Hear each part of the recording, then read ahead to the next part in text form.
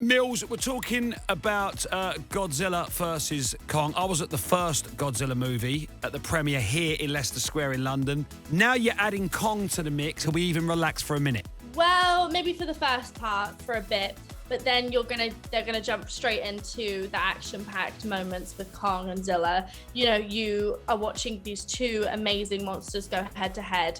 And you feel sorry, you get angry, you laugh. And then you also have those human storylines, you know, genuine human storylines that you also love and adore as well. Amazing. Now, let's talk about your character, Madison. She's a bit older and more mature in this movie. Do you prefer the more mature Madison, or do you prefer the last one?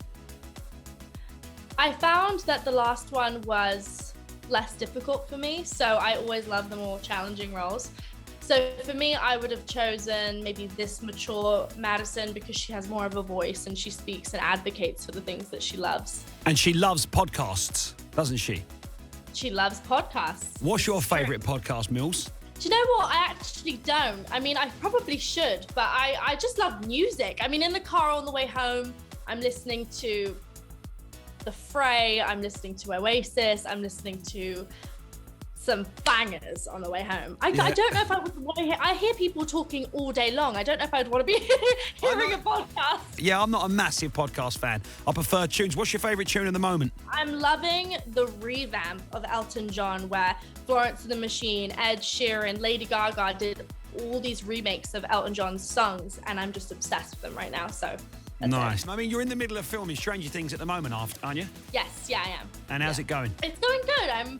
I'm very busy. I've been working every day for a really long time, but I just can't wait for people to see it. It's so insane this season, and I can't. We all can't wait. Can you actually, on that note, and I wasn't going to ask this, but I've just remembered I saw it yesterday, can you answer anything to do with a spin-off regarding 11? Is that true or is it nonsense?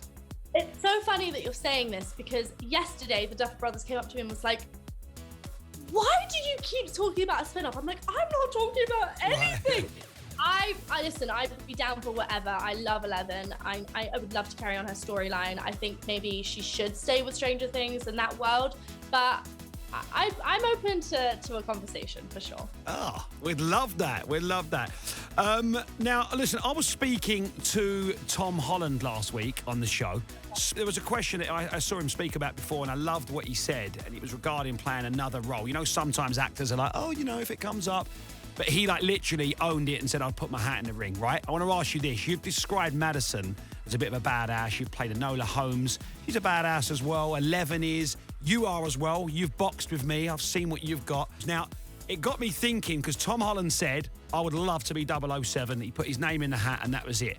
It's about time for a female 007. If that ever happened, would you be 007? Absolutely. I would. I'm, like I said, open to all conversations. I'm down for Princess Leia. That's another thing that I've always, you know how obsessed I am with the idea.